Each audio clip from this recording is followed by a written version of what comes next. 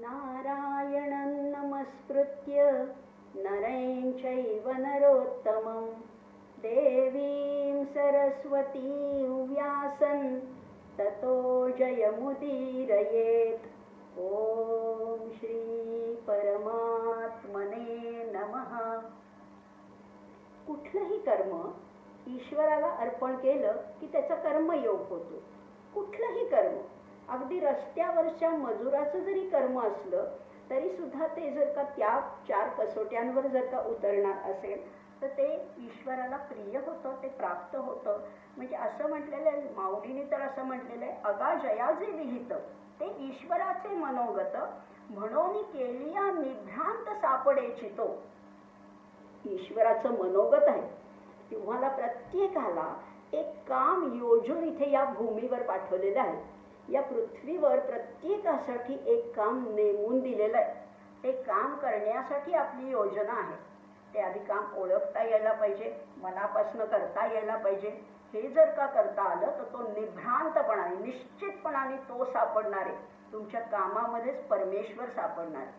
आपले सगळे संत नाही का, संतांनी काय केले? आपले सगळे संत, महाराष्ट्रातले तर सगळ्या संतांनी काय केलं आहे तर आपल्या व्यवसायामध्ये ईश्वराला शोधलं आहे. सावता माळी म्हणतो, कांदा मुळा भाजी अवघी विठाई माझी.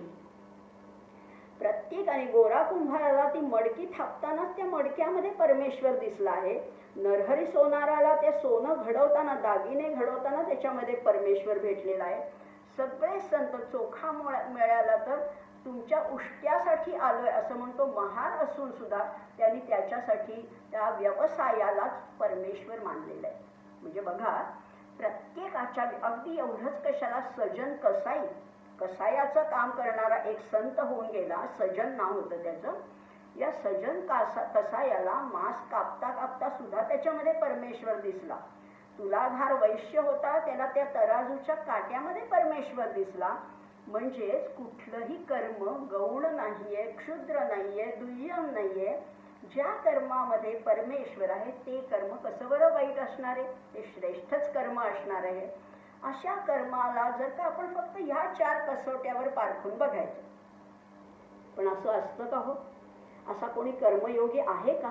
खरोखर या जगात असा कोणी कर्मयोगी आहे का? आहे ना. एक कर्मयोगी तर नक्कीच आहे, म्हणजे अनेक आहेत, पण तुमच्या माझ्या ओळखीचा एक कर्मयोगी जो आपल्याला रोज भेटतो. असा कर्मयोगी आहे? कोण आहे बरं? आम्हाला नाही भेटला. आहे ना, सूर्य आहे.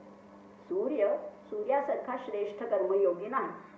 बघा, आता या 4 कसोट्यावर बसतोय का तो? बघूया आपण.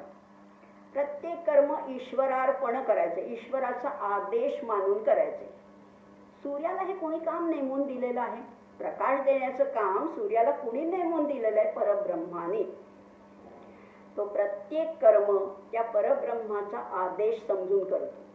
बरं, त्याला अहंकार आहे का? अहंकार तर जाऊ द्याच, त्याला जाणीव सुद्धा नाही, त्याला माहिती सुद्धा नाही आपण एवढं मोठं काम करतो हे. म्हणजे बघा, सूर्याला तुम्ही जर का सांगायला गेलात, थँक्यू बरं का सूर्या, तुझ्यामुळे आमच्या जीवनातला सगळा अंधार दूर झाला, तुझ्यामुळे आम्हाला ऊर्जा मिळते, चैतन्य मिळतं, तुझ्यामुळे आमचं हे सगळं झालेलं आहे. तेव्हा तो विचारेल आपल्याला, काय काय म्हणताय तुम्ही? मी प्रकाश दिला? मी तर काहीच केलं नाही. मी फक्त आहे. माझ्या अस्तित्वाने तुम्हाला मिळत असेल तर मला नाही माहिती. आणि अंधार तुम्ही म्हणताय तो तर मला माहितीच नाही. कसा असतो अंधार? दाखवा बरं मला आणून. तुम्ही जर का चिमूटभर अंधार त्याच्याकडे घेऊन गेलात तर त्याच्या समोर जाताच अंधार राहील का शिल्लक? अंधाराचंच अगदी मागमूस सुद्धा राहणार नाही, अस्तित्वच राहणार नाही. असा सूर्य, म्हणजे त्याला अहंकार नाहीये, आसक्ती तर नाहीच नाहीये. ईश्वराचं कर्म समजून तो करतो आहे. आणि चौथी गोष्ट म्हणजे ते उत्तम रीतीने करतो आहे. आपण तरी एखाद्या कामामध्ये चालढकल करू, एखाद दिवशी रजा घेऊ, एखाद दिवशी कंटाळा करू. सूर्याने घेतली रजा, सूर्याने केलाय कंटाळा. मग सूर्यासारखा श्रेष्ठ कर्मयोगी कुठे भेटणार आहे आपल्याला? मग त्याचाच आदर्श ठेवून आपण जर का आपली कर्म तशीच केली, पण आपल्याला तशी कर्म करताच येत नाही. सूर्या इतकं निरलस वृत्तीने आपल्याला वागताच येत नाही, कारण आपण सारखी दुसऱ्याशी तुलना करत असतो. त्याच्याबद्दल सुद्धा गीता काय सांगते? तू काय कर, तू फक्त तुझं कर्म बघ. श्रेयान् स्वधर्मो विगुणः परधर्मात् स्वनुष्ठितात. तू काय कर, तुझं कर्म उत्तम रीतीने कर. पण आम्हाला हेच मुख्य जमत नाही ना. आम्ही आमचं कर्म तर कसं बसच करतो आणि दुसऱ्याचं काय चाललंय इकडे बघतो. श्रेयान् स्वधर्मो विगुणः परधर्मात् स्वनुष्ठितात. तू दुसऱ्याशी तुलना करू नकोस किंवा दुसऱ्याचं बरं आहे बाबा, माझंच कसं वाईट आहे असंही म्हणू नकोस. पण असं दिसतं ना, व्यवहारात आपण हाच अनुभव घेतो. म्हणजे बघा हां, 2 स्त्रिया आहेत, शेजारी शेजारी राहणारे. त्याच्यातली एक आहे नोकरी करणारी आणि एक आहे घरी राहणारी. घरी राहणारी जेव्हा 10 वाजता साधारण पहिलं आपली कामं आटपून जेव्हा बाल्कनीत येते, तेव्हा शेजारची जी असते नोकरी करणारी स्त्री ती स्कूटरवरनं जात असते. मग हिला फारच हेवा वाटतो. हिला वाटतं की हिचं बरं आहे, किती छान छान नवीन नवीन ड्रेस घालून, नवीन नवीन साड्या नेसून ही रोज आपली ऑफिसला नटून थटून जाते, छान काम करते. 1 तारखेला तिला पगार मिळतो, तिच्या शब्दाला घरामध्ये किंमत आहे, ती पाहिजे ते वस्तू घेऊ शकते. आणि मी बघा आपली घरातच बसली. पण जी नोकरी करणारी असते तिलाही फार काही सुख असतं असं नाही. ती हिच्याकडे जेव्हा बघते तेव्हा तिलाही वाटतं हिचं बरं आहे, हिचं बरं आहे. मला किती धडपड करत ते मस्टर गाठावं लागतं, घरातलं आटपायला लागतं, मुलांना पाळणा घरात ठेवा, नवऱ्याची मर्जी सांभाळा, हे सगळं करून मी जाते आणि हिचं आता बरं आहे. ही आरामात जेवेल, आरामात TV बघेल, थोडी झोप काढेल, पुन्हा संध्याकाळी छान तयार होऊन फिरायला जाईल. म्हणजे प्रत्येकाला जरा दुसऱ्याचा धर्म बरा वाटतो. माझंच कसं वाईट आहे आणि दुसऱ्याचंच कसं बरं आहे असं पटवण्यात आपण फार अगदी हुशार असतो. पण तसं नसतं. कुठेही बघा, अगदी हे स्त्रियांचं उदाहरण झालं, पुरुषांच्या बाबतीत सुद्धा तसंच आहे. ज्याचा स्वतःचा व्यवसाय असतो त्याला नोकरी करणाऱ्याचा हेवा वाटतो. त्याला वाटतं ह्याचं बरं आहे, 10 ते 5 काम केलं की ह्याला आपल्या घरी येऊन आरामात. मला मात्र रात्री 12 वाजता सुद्धा फोन आला तर फॅक्टरीत जावं लागतं. आणि त्याला वाटतं की ह्याचं बरं आहे, ह्याला कोणी साहेब नाहीये, याला पाहिजे तेवढे पैसे काढता येतात बिझनेसमधनं. पण असं कुणाचंच नसतं. प्रत्येकाला काहीतरी टोचणारं दुःख असतं, शल्य असतं, काहीतरी त्याची दुःख असतात. पण आपण काय करायचे, गीता काय सांगते, तू तुझ्या पुरतं बघ, तुझा धर्म उत्तम रीतीने पाळला. श्रेयान् स्वधर्मो विगुणः परधर्मात् स्वनुष्ठितात. आणि इंग्लिशमध्ये सुद्धा अशी म्हण आहेच आहे ना, the grass is always greener on the other side. पलीकडची बाजू नेहमीच आपल्याला जरा आकर्षक वाटते, हवीशी वाटते, पण तसं काहीच नसतं. तिथे गेल्यावर पुन्हा ते गवत तसंच असतं. आयुष्यात सुद्धा हाच नियम आपण लावायचा आहे.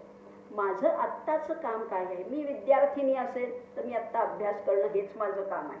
माझी मुलं लहान असतील तर त्यांचं पहिल्यांदा काळजी घेणं हेच माझं काम आहे. घरात सून आली असेल तर तिच्यावर सगळी जबाबदारी सोपवून मी फक्त सल्ला देण्यापुरती, तो सुद्धा विचारला तर एवढंच माझं काम आहे.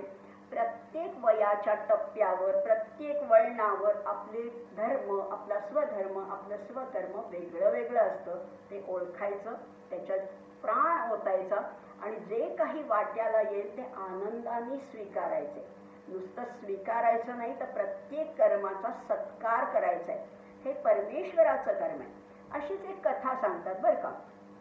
एका रस्त्याचं काम चाललेलं होतं आणि या रस्त्यात उन्हाळ्याचे दिवस होते, तो डांबरी रस्ता बनवण्याचं काम सुरू होतं.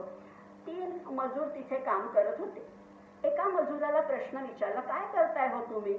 तो म्हणाला, काय वैताग आहे ना, या उन्हातान्हामध्ये आम्हाला हे दगड फोडावे लागतायत, हे डांबर ओतावं लागतंय, किती वैताग आहे ह्या कामाचा. दुसऱ्याला विचारलं, काय करताय तुम्ही? तो म्हणला, अहो काहीतरी बायका मुलांचं पोट भरण्यासाठी काहीतरी काम करायलाच पाहिजे ना. आणि तिसऱ्या मजुराला जेव्हा विचारलं, तो म्हणाला की हा रस्ता त्या देवळाकडे जातो, हा देवळाकडे जाणारा रस्ता मला बनवण्याचं भाग्य मिळालं, किती मी भाग्यवान आहे. काम एकच होतं, पण त्याच्याकडे तुम्ही कुठल्या नजरेने बघताय याच्यावर तुमचा हेतू ठरत असतो. आणि कर्माच्या पेक्षा, कर्म करण्यापेक्षा कर्माचा हेतू महत्वाचा असतो.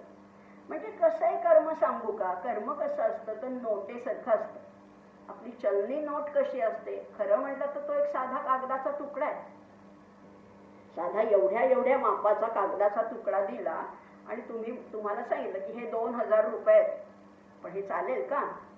त्या कागदाच्या तुकड्याला ती किंमत येण्यासाठी त्याच्यावर गव्हर्नरचा शिक्का पाहिजे, ती सही पाहिजे, तरच त्याला किंमत येईल. तसंच कर्माचं आहे. कर्माचा सुद्धा हेतू तुमचा कसा आहे याच्यावर त्या कर्माची किंमत ठरत असते. आणि त्या हेतूमुळे तुमचं कर्म किती उच्च दर्जाचे, जसं आता मी रस्त्यावरच्या मजुरांचं सांगितलं उदाहरण, तुम्ही त्याच्याकडे कुठल्या नजरेने बघताय, कुठलंही कर्म वाईट नाही. उत्तम कर्म करणं, उत्तम म्हणजे अगदी काय म्हणतात ते शोभेची कर्म करणं एक वेळ सोपं आहे, पण पडद्यामागची कर्म करणं हे नेहमीच अवघड असतं. पण तेही करताना अतिशय आनंदाने आपल्याला करता आलं तर त्याच्यामध्ये खूप मोठा आनंद आहे आणि मुख्य म्हणजे तो परमेश्वर प्राप्तीचा मार्ग आहे. कुठलंही कर्म, अगदी मजुराचं कर्म करत असताना सुद्धा गदिमांच्याच एका गीतामध्ये म्हटलंय, नको नको मंत्र त्याला मुनी ब्राह्मणांचे, त्याला तया आवडे गीत श्वासा घणांचे, वसे तो सदा स्वेद गंगे किनारी, जिथे राबती हात तेथे हरी. जिथे हात राबतायत, जिथे घाम गळतोय, जिथे घणांचे आवाज येत आहेत, हे संगीत त्याला आवडतं. तुम्ही फार मोठे मंत्र म्हटलेत, वेद ऋचा सगळ्या तुम्हाला मुखोद्गत आहेत म्हणून तुम्हाला परमेश्वर प्रसन्न होईल असं नाहीये. तुमच्या कामातच तुम्ही देव शोधायचा आहे. खरंच आहे, कर्म तुमचे जर का चांगले असतील तर तुमच्या घरात परमेश्वर अवतरणार आहे. कर्म तेरे अच्छे है तो किस्मत तेरी दासी है, नियत तेरी अच्छी है तो घर में मथुरा काशी है. घरातच तुमच्या काशी आणि मथुरा येणार आहे. पण तुमचं प्रत्येक कर्म हे त्याला आवडणारं व्हायला पाहिजे, त्याला प्रिय असणारं कर्म व्हायला पाहिजे. मी नेहमीच म्हणते की आपल्या कर्माबद्दल कुणी जाब विचारला तर आपण कुणाला आन्सरेबल आहोत, आपण फक्त परमेश्वराला आन्सरेबल आहोत.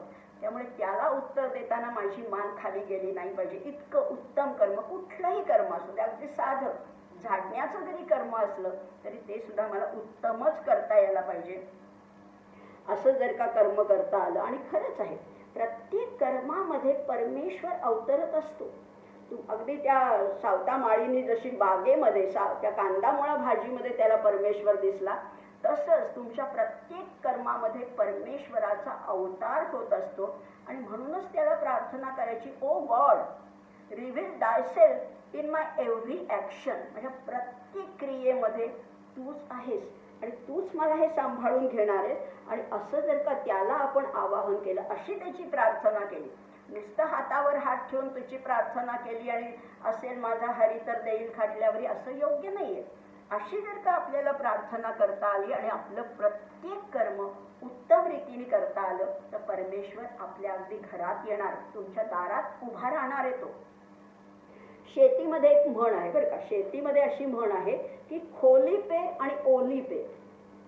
म्हणजे पेरायचे ते कसं, तर ते खोलवर पेरायचे. आणि कर्मातला खोलपणा, डेप्थ म्हणजे काय आहे, कर्मातला खोलपणा किंवा त्याची जी डेप्थ आहे, खोली जी आहे ती म्हणजे त्याची उत्कृष्टता आहे. कर्म, प्रत्येक कर्म अतिशय उत्कृष्टच झालं पाहिजे. असं करता आलं तर आपल्याला हे सहज शक्य आहे. आता तिसरी जी गोष्ट मी सांगितली की अनासक्त वृत्तीने कर्म करायचं, त्याच्यात चिकटायचं नाही. माझं घर, माझी मुलं, माझा संसार, माझं माझं माझं माझं करत आपण इतकं त्या माझ्यापणाच्या ह्याच्यात अडकत जातो ना की परमेश्वर म्हणतो की बघ आता तुझं तूच बघ, तू एवढा तुला अभिमान आहे ना, अहंकार आहे, तुझं तूच बघ.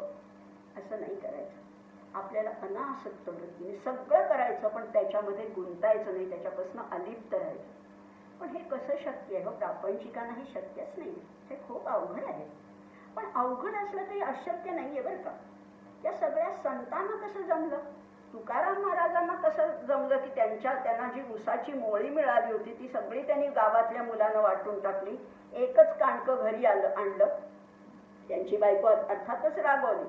पण ही अनासक्त वृत्ती की आपल्यालाही मुलं आहेत, आपल्यालाही बायको आहे आणि त्यांच्यासाठी काहीतरी राखून ठेवावं, हा त्यांचा स्वभावच नव्हता. इतकी अनासक्त वृत्ती त्यांना कशी जमली आणि आम्हाला कशी जमत नाही.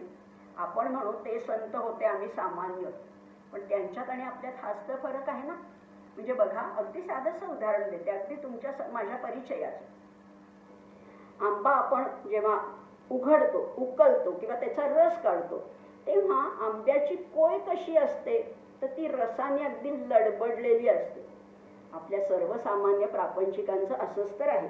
आपण इतक्या त्या संसारामध्ये लडबडलेलो असतो की आपल्याला कितीही आसक्ती काढून टाकायची म्हटलं तरी टाकता येत नाही. त्या पोळीचं बघा ना, कितीही रस त्याच्यापासून वेगळा करायचा म्हटला तरी त्या पोळीला थोडासा रस चिकटलेलाच असतो. आपलंही तसंच आहे. असं अगदी म्हटलं की मी पूर्ण अनासक्त आहे, मला काहीच वाटत नाहीये, मी अलिप्त आहे, तरी सुद्धा थोडी माया, थोडी ममता, थोडी आसक्ती असते. आणि संत कसे असतात? संत आंब्याच्या पोळीसारखे नसतात बरं का. संत असतात चिक्कूच्या बी सारखे. चिक्कूत बी असते की नाही, पण चिक्कूच्या बीला चिक्कूचा गर लागलेला असतो का? नाही ना. तर चिक्कूची बी, चिक्कू ओपन केला, उघडला की त्याच्यातली बी अगदी चकचकीत असते, त्याला किंचितही त्या गराचा स्पर्श नसतो.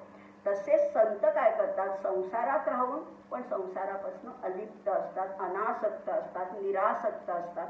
तसं आपल्याला होता येईल का? निरासक्त वृत्तीने आणि तरीसुद्धा उत्तम कर्म करत जर का आपल्याला जगता आलं तर सगळ्यात ते उत्तम कर्म परमेश्वराला मानवणारे, त्याला आवडणार आहे असं आपल्याला करता यायला पाहिजे. खरं तर आता ही सगळी म्हटलं तर कसरतच आहे. प्रपंचात राहून परमार्थ साधणं ही खरी कसरतच आहे. पण हळूहळू हे जमणं अशक्य नाहीये. एक एक पायरीने आपल्याला वर जायचं. म्हणजे पहिल्यांदा योगी व्हायचे, उद्योगी व्हायचे, प्रयोगी व्हायचे आणि मग सहयोगी व्हायचे. सगळ्यामध्ये युज धातू आहे. युज म्हणजे जोडणे.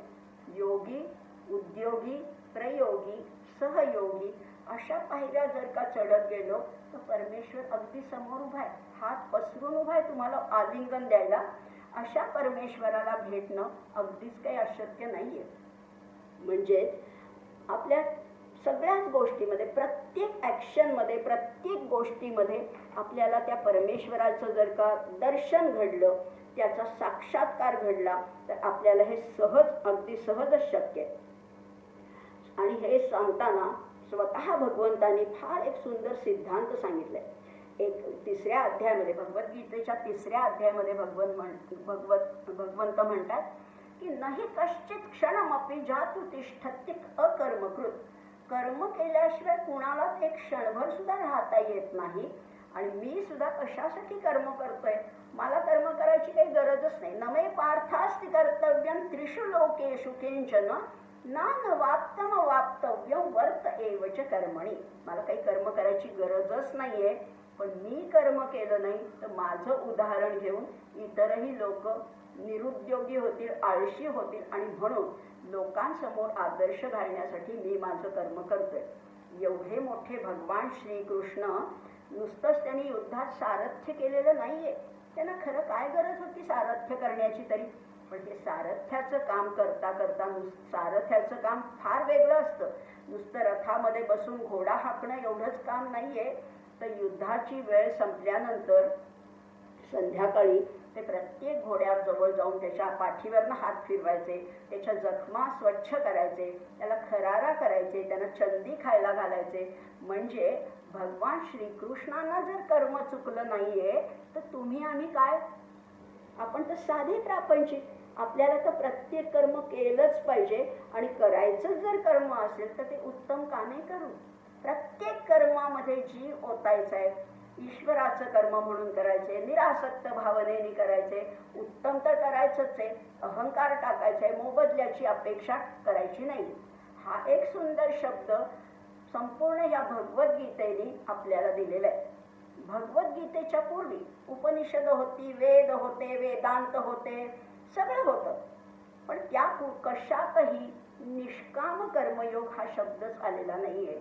निष्काम कर्मयोग, कर्म करा पण फळाची इच्छा धरू नका, हा संदेश, हा विचार, हा सिद्धांत फक्त आणि फक्त भगवद्गीतेने आपल्याला दिलेला आहे.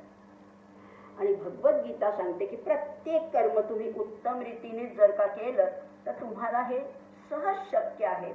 आणि त्याचा शेवट करताना मी एवढंच म्हणेन, या कर्मयोग तर आहेच उत्तम रीतीने प्रापंचिकांना सहज शक्य आहे. तुम्हाला त्याच्यासाठी ग्रंथ पठण करायला नको, नामस्मरण सुद्धा करायला नको, काहीच करायला नको, कशाचा अभ्यास करायला नको, काही ध्यानधारणा नको. तुमच्या कर्मामध्ये तुम्ही जीव ओता, त्याच्यातच परमेश्वर आहे. आणि प्रत्येक कर्म म्हणजे हाताचं कर्म काय आहे तर दान देणं हे हाताचं कर्म आहे. त्यामुळे प्रत्येक कर्मामध्ये ईश्वर शोधला तर आपल्याला ईश्वर वेगळा शोधायची गरजच नाहीये. सुरेश भटांच्या एका काव्यपंक्तीने याचा समारोप करते. देखणे ते चेहरे जे प्रांजळाचे आरसे, गोरटे की सावळे या मूल नाही फारसे. देखणे ते हात ज्यांना निर्मितीचे डोहळे, मंगलाने गंधलेले सुंदराचे सोहळे. हाताला सुद्धा कशाची सवय लावा? निर्मितीची सवय लावा, क्रिएशनची सवय लावा. म्हणजे सृजनाने जर का ते हात भरले असतील तर त्या हाता इतके सुंदर हात शोधून सुद्धा सापडणार नाही. प्रत्येक कर्म ईश्वरासाठी करायचे, उत्तम करायचे आणि त्याच्यातला अहंकार काढून टाकून मोबदल्याची अपेक्षा न धरता कुठलंही कर्म जर का खरंच आपल्याला मनापासून करता आलं तर त्या कर्माने तो परमेश्वर प्रसन्न होणार आहे आणि तुमच्याकडे चालत येणार आहे. तुम्ही एक पाऊल टाका तो 10 कोस धावत येणार आहे. कबीरजींचाच एक दोहा असा आहे, दरिया दूषण दास में नहीं राम में दोष, जन चाले इक पावडो हरी चाले 100 कोस. थांबूया, इथेच थांबते. नमस्कार. सर्वेपि सुखिनः सन्तु, सर्वे सन्तु निरामयाः, सर्वे भद्राणि पश्यन्तु, मा कश्चित् दुःखमाप्नुयात्. ओम शांति शांति शांति.